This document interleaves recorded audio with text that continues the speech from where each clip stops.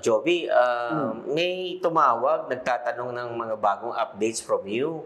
Kasi daw, nagkatotoo daw yung hula mo na about Pastor Kibuloy. Ayun nga, nilipat na sa Pasig Jail, no? Mga fans na, ano ba talaga nangyayari sa paligid natin? Baka magabayan mo sila. Simula tayo siguro sa gobyerno natin, no? Galit, President. gulo, mga harang, ang nakikita ko. Medyo dalawa ang magpapaalam sa next year na dalawang lalaki na politiko. Leader. Magkakaroon din at itong nating mga gulo pa ng dalawang partido. So magulo ang gobyerno, ang politika. So dito magkakaroon ng iba-ibang mga questionable sa mga pagkapanalo o sa mga pagkatalo. Okay. Although dito sa card, ang bansang Pilipinas, yung unity kasi nawala. So nagkaroon ng disappointment ang tao, di ba? Dati ang kanilang hadikain nga, tinatawag nilang unity. Kaisa. Kaisa. Pero bakit biglang nawala yung unity na yon? Nahati tuloy ang paniniwala ng bawat isa. Magkakasundo pa ba sila? Alam mo naman ang politika, di ba? May chance pa rin naman. Okay. Dating mga magkakaaway, biglang magkakabati naman sa mga huli. Para bang, di ba, dati ang tumakbo nun si Lenny, tapos ang kalaban si BBM. Pero ngayon, tingnan mo, halos nakita, nagkamayan sila. Handshake. Di ba, may mga nag-overnight sa EDSA? Paano yun ka talaga naniniwala sa pag-aawayan nila? Yun yung parang sumisiklab na parang sinasabi nilang people power, di ba? Pero kasi hindi ganun kalakas hindi ganun nahikayat. Kasi ang tao kasi parang pagod na rin sa pagiging people power. No? Pero dahil nga may gulo, sana malampasan ito ng ating presidente, no, yung nakikita kong gulo. Kasi kung papansinin mo noon, bago maupo ang presidente, nag-ulit kami ng interview ni Ms. Aiko Melendez. Sinabi ko, magiging dahilan ng pagkabagsak ng ating administrasyon ay kagagawa ng isang babae. Pero hindi tayo sigurado kung sino yung babae. Which is, nangyayari ngayong gulo, pero hindi pa natin nakikita kung siya yung mapapalitan. Kasi ang dasal ko naman, matapos sana. Sana matapos, ano? Ngayon, kung hindi niya matapos, well, yun yung sinasabi ko na maaring magkaroon siya ng problema at maaari siyang maalis sa posisyon. So you're saying, pero dasal ko pa rin, naway matuloy niya pa rin ang 6. matapos niya. Matapos. So you're saying, talagang matutuloy yung people power na call ng mga supporters? May init, lalo by next year, medyo baka doon mas lumakas or magkaroon ng pag-aklas. So ngayon parang dahil Pasko, dahil medyo kumakalma pa ang tao, ang mga tao ngayon nagiging observant. Paulit-ulit na lang sinasabi yan, maging wise voter, pero hindi nangyayari Di ba? Bakit kaya? Paulit-ulit na sinasabi na kilalanin yung binoboto nyo, ganito, ganyan. Pero ilang taon na yan paulit-ulit na ina-apply sa telebisyon, sa social media, na piliin ninyo ang taong binoboto ninyo. So, minsan ang pagkakamali rin, palagay ko nasa tao. Oo. Kasi nasanay na rin lang naman tayo yung mga pangako. So, ano ba tawag doon? Sinasabi nila na budol. Nauso yung kantang Naloko daw na budol. Yung unity, hindi ko pa makita sa ngayon. Pero sabi mo, pwede magkasundo ulit. Siyempre, later, sa bandang huli. Maaayos naman nila. Pero may mga cases na mangyayari. May mga tapunan sila ng mga kaso. May nag-file sa Supreme Court ng disqualification ni VP Sara. Matatanggal ba siya sa pagkaabogado? Gano'n na rin si Papa niya. Batayan ba ang kanilang reklamo? Ang nag-file si Atty. Larry Gaton, yung nawala din na disqualified din sa Supreme Court.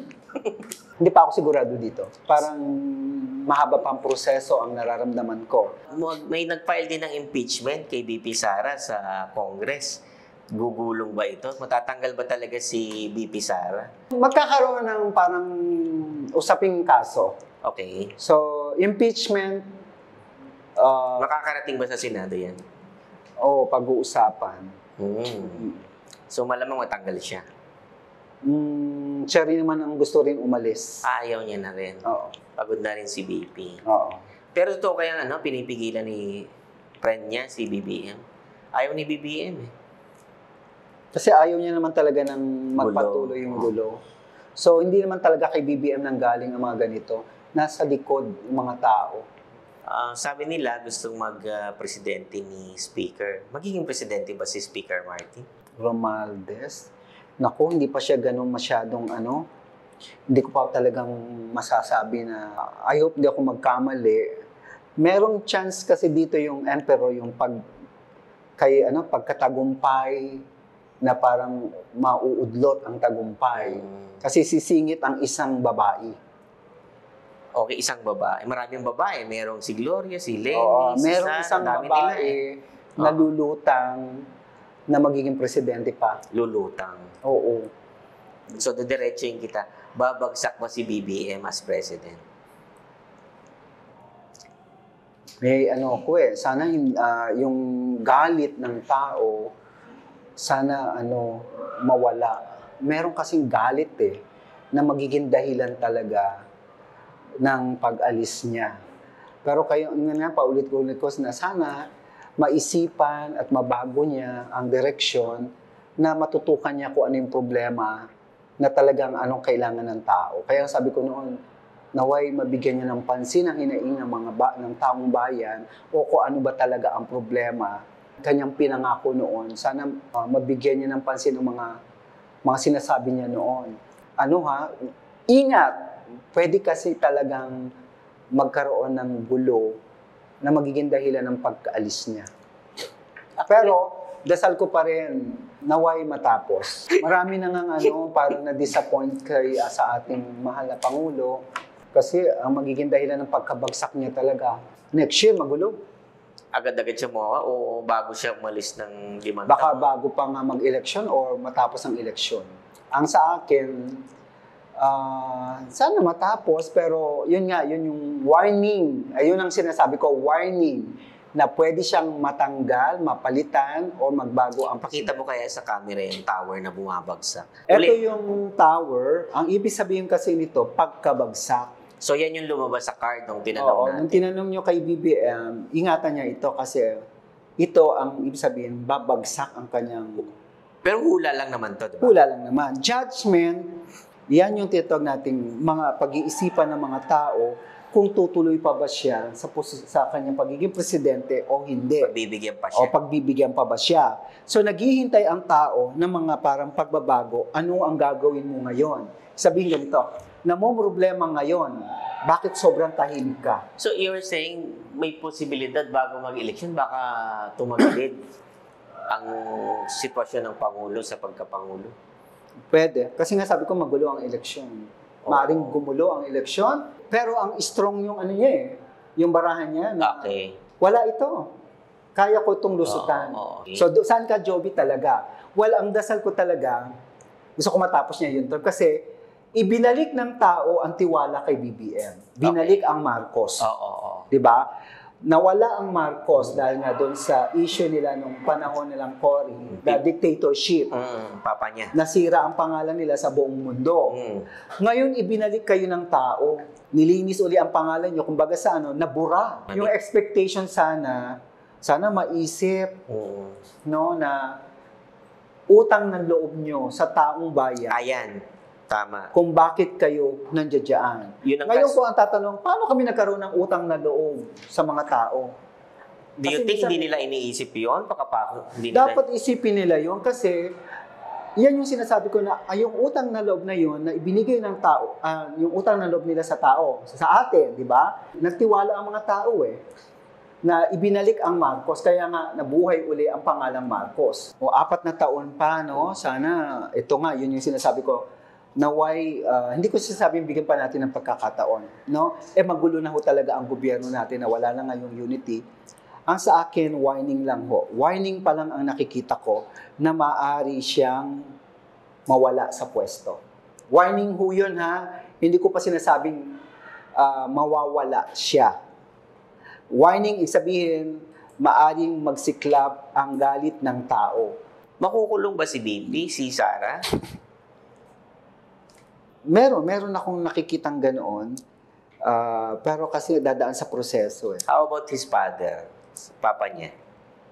Makukulong ba ang papa niya? Ayun nga, ayan nga yung hamon ni Sige, ako na lang ikulong nyo. Ito yung magiging dahilan ng sobrang galit. Ng tao? Oo.